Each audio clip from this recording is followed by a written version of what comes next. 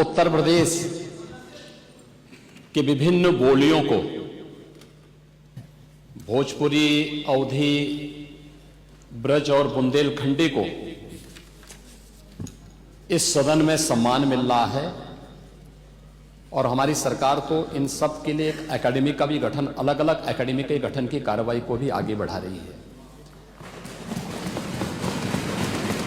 ये सभी हिंदी की उपभाषाएं हैं, यानी हिंदी की बेटियां हैं।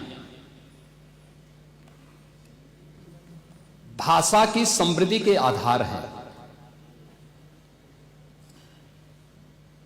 और हमें इसका स्वागत करना चाहिए। ये सदन साहित्यिक, केवल विशुद्ध साहित्यिक और व्याकरण से के विद्वानों की नहीं है, आम जन का प्रतिनिधित्व करने वाले माननीय सदस्य समाज के विभिन्न तबके से आए हैं। अंतिम पायदान पर बैठे हुए व्यक्ति की आवाज को भी इस सदन में मुखरता मिले, इसके लिए अगर किसी को हिंदी में वह धारा प्रवाह नहीं बोल सकता तो उसको भोजपुरी में भी अपनी बात को रखने का अधिकार मिलना चाहिए, अवधी में, ब्रज में या बुंदेलखंडी में उसको रखने का अधिकार मिलना चाहिए। ये कौन सी बात हो गई कि भोजपुरी में ना बोले, अवधी में ना बोले, इसका विरोध अंग्रेजी का, बुंदेलखंडी में ना बोले और उर्दू क्या वकालत कर रहे हैं? ये बड़ी विचित्र बात है। आप मुझे बताइए, मैं इसीलिए कहता हूं कि आप समाजवादियों का चरित्र ही इतना दोहरा हो चुका है, इतना दोहरा हो चुका है कि अपने बच्चों को भेजेंगे इंग्लिश पब्लिक स्कूल में और दूसरों के बच्चों को बोलेंगे कि एक गांव के उस विद्यालय में पढ़े जहां संसाधन भी नहीं है। ये दोहरा आचरण और जाकी रही भावना जैसी प्रभु मूर्ति देखी तिन तैसी, यह तो आचरण आप लोगों का है। इसीलिए आपने कल भी भोजपुरी का विरोध किया, अवधी का विरोध किया, बुंदेलखंडी का विरोध किया और आप लोग अपने दैनिक जागरण में, दैनिक जीवन में इस प्रकार के आचरण के आदी हो चुके हैं।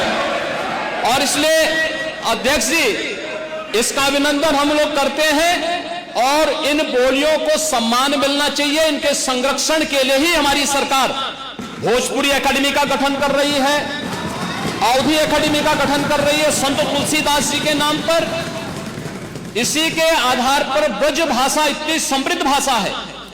सूरदास जी ने अपनी सभी रचनाएं उसी भाषा में दी हैं। संत तुलसीदास जी ने अपनी कालजयी रचना रामचरितमानस, जो इस सदन में ही नहीं, उत्तर भारत के अंदर और भारत से प्रवासी हुए जितने भी ऐसे लोग हैं जो मॉरिशस में या दुनिया के फिजी में या दुनिया के किसी देश में गए, उनके संकट काल में रामचरितमानस ही तुलसीदास जी का अवधी भाषा में रचा गया रामचरितमानस ही उनका सहारा बना था।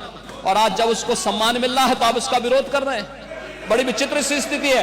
आप हर अच्छे कार्य का समाज, आज के यही ढोंग है आप लोगों का, यही ढोंग है। हर अच्छे कार्य का आप विरोध करेंगे, हर अच्छे कार्य का आप विरोध करेंगे।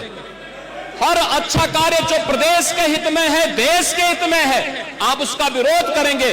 और मुझे लगता है इस प्रकार के विरोध की निंदा होनी चाहिए और हम इसका समर्थन करते हैं जो उत्तर प्रदेश की बोलियों को सम्मान मिल रहा है। मैं आपका धन्यवाद करूंगा और विधानसभा सचिवालय को इस बात के लिए धन्यवाद दूंगा।